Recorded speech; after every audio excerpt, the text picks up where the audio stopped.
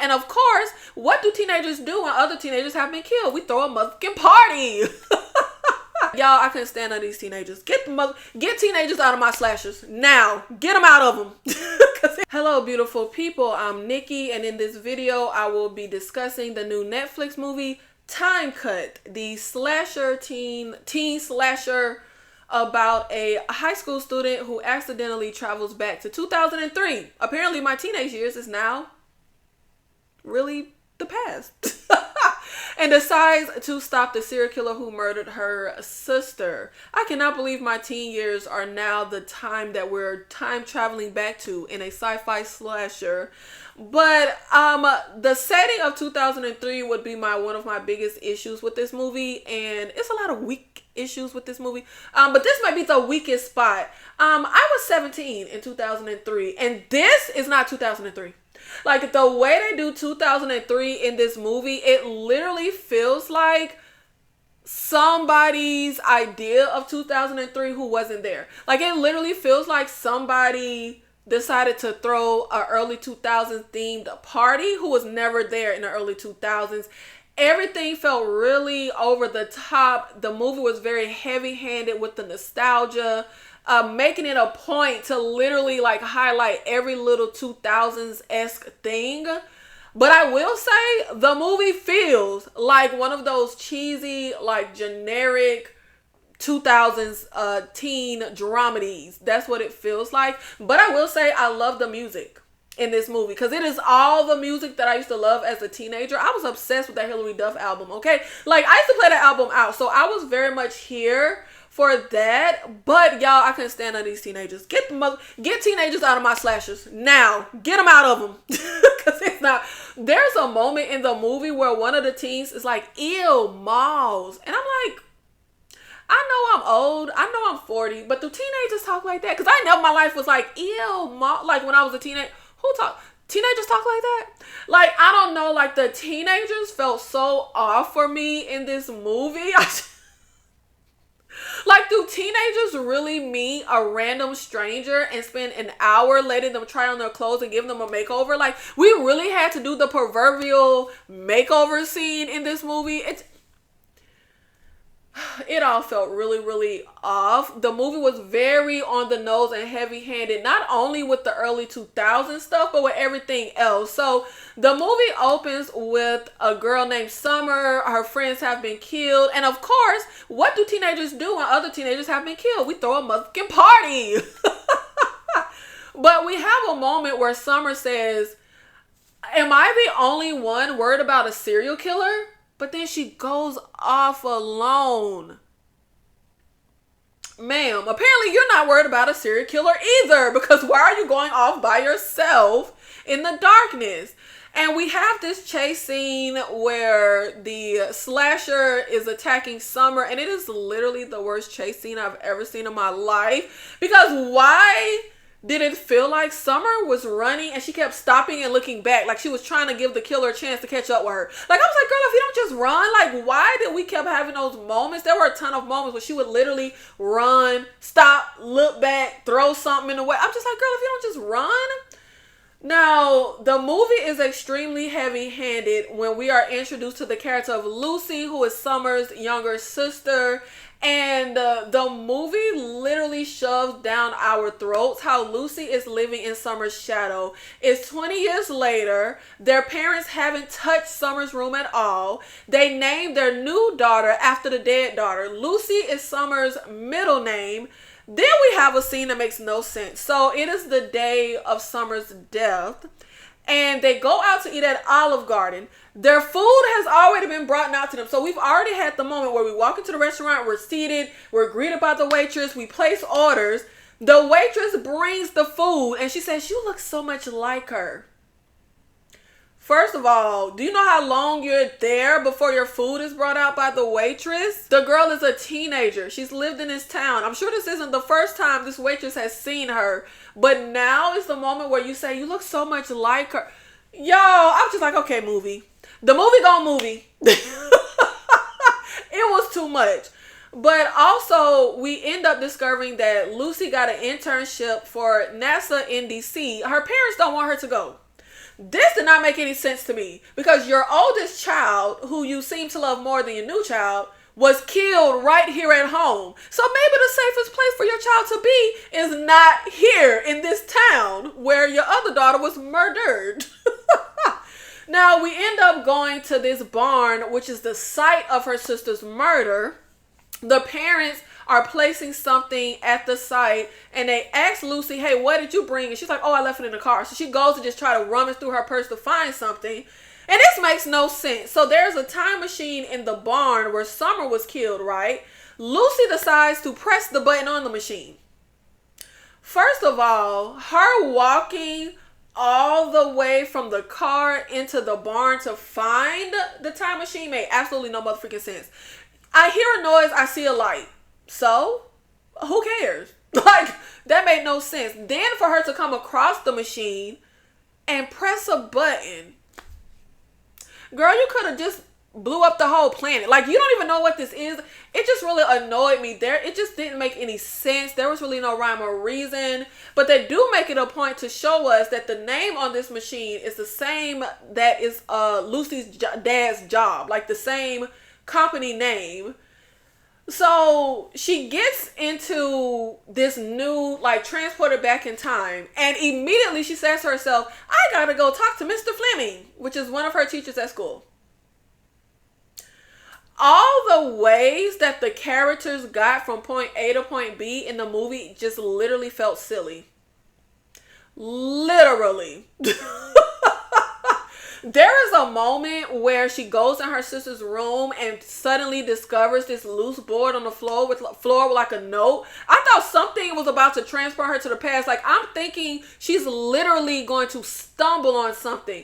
No, we made it really silly and contrived. Now, once she gets to the teacher's classroom and she's having this hypothetical conversation about time travel, of course, Quinn just so happens to be in the class, and then he like drops something and makes a big noise, and the teacher's like, oh, Quinn is a physics genius.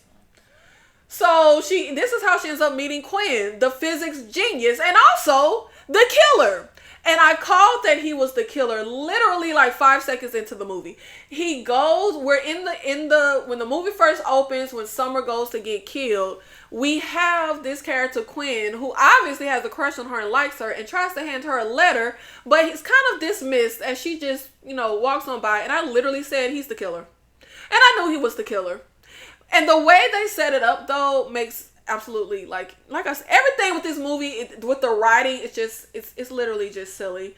But this is how Lucy and Quinn end up forming their friendship, and she spends the movie working with him because he's the physics genius, but she ignores him the whole movie. Like, all of his like warnings about time travel and stuff, she just ignores him.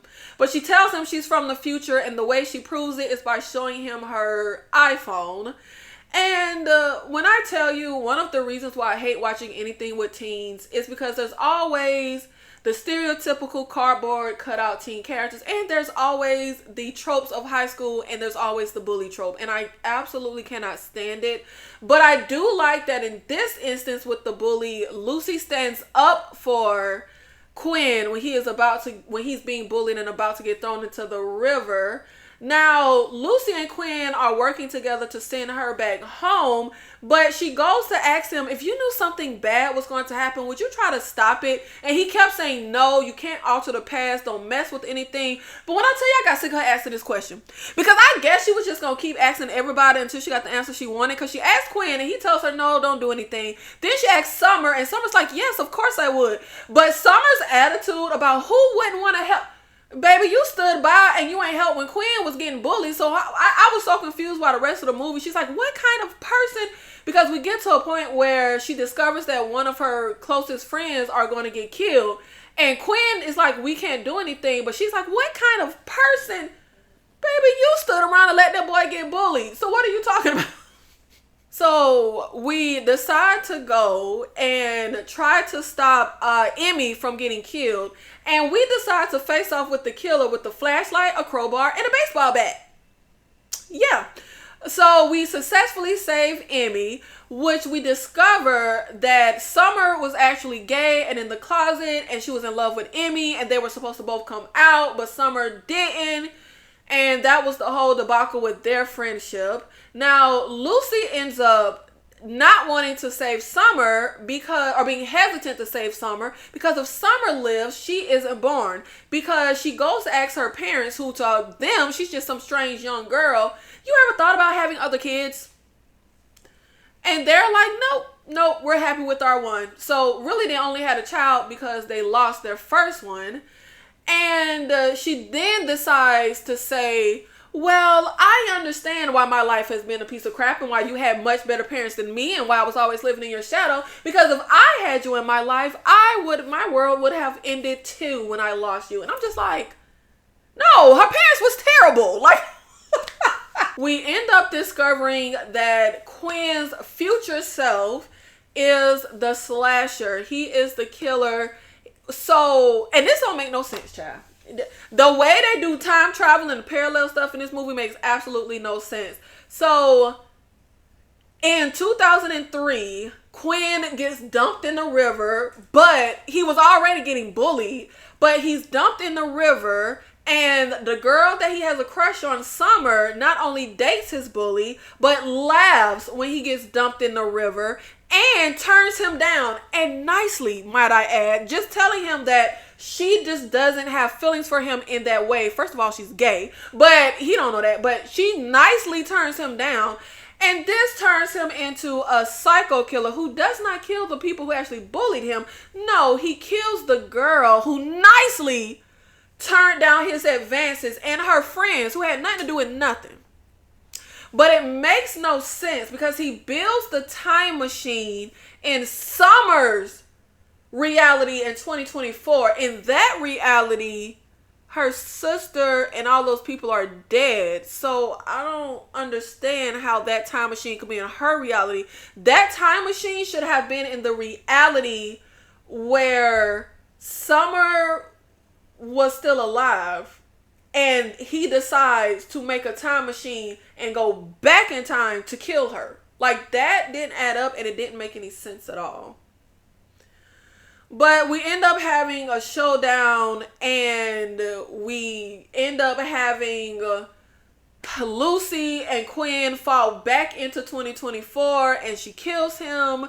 And she says that she went to go see her parents, and they didn't know who she was. That makes no sense. There should still be a 2024 universe where her parents are still at their daughter's gravesite waiting for the other daughter to come back. Those parents have lost a second daughter. But she says, well, since they don't know who I am, which makes no logical sense in the scheme of the movie, she is going to stay in 2003. And she gets a 2003 internship at NASA.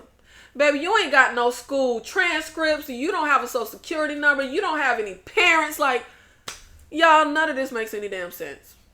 Like, at all. None. They're laughing at us at this point. Like, they're literally in the writing room. Like, we can do anything. Like, we don't even have to make any sense. It actually would have made a lot more sense for Summer to just convince her parents to have another child so Lucy could exist. This movie was literally just a waste of my life. I gave this a 1 out of 5 on Letterboxd. Really, it could be a half a star out of 5. I don't even know why I gave it a whole star. I'm gonna be honest. It's really no redeeming factors. This was way more like teen dramedy, way less slasher. The kills were terrible. Ultimately, the movie is a mess. It was very heavy-handed with everything. Not slasher enough. Nonsensical. The slasher, like the mask, the look was generic. Nothing here was creative. It was painfully forgettable. Literally, a scene would end and I would forget it. Like, the movie was that forgettable and drab. Like, as I was watching the movie, I was forgetting it. But let me know in the comments if you are still here at the end of the video. Drop down in the comments and let me know, how did you feel about Time Cut? Now, I have not seen Totally Killer, but I will say I'm disappointed I did not have fun with this because I actually really liked the teen slasher that came out recently with Vince Vaughn, Freaky. I was very pleasantly surprised by that movie. This was nowhere near as fun. The kills weren't as, like, nothing about Time Cut. This was just such a throwaway movie. And as a matter of fact, I'm about to go change my rating on Letterboxd because I don't know why I gave this a whole star. It needs a half star. And if I could give it 0 out of 5 stars, I would. But drop down in the comments and let me know how you felt about Time Cut. Thank you so much for supporting the channel. And if you enjoyed my commentary on Time Cut, make sure you are subscribed and stay tuned for all of my other content, my movie reviews, my TV show I'm following from. I'm about to follow Silo. I will see you in the next one. Thank you.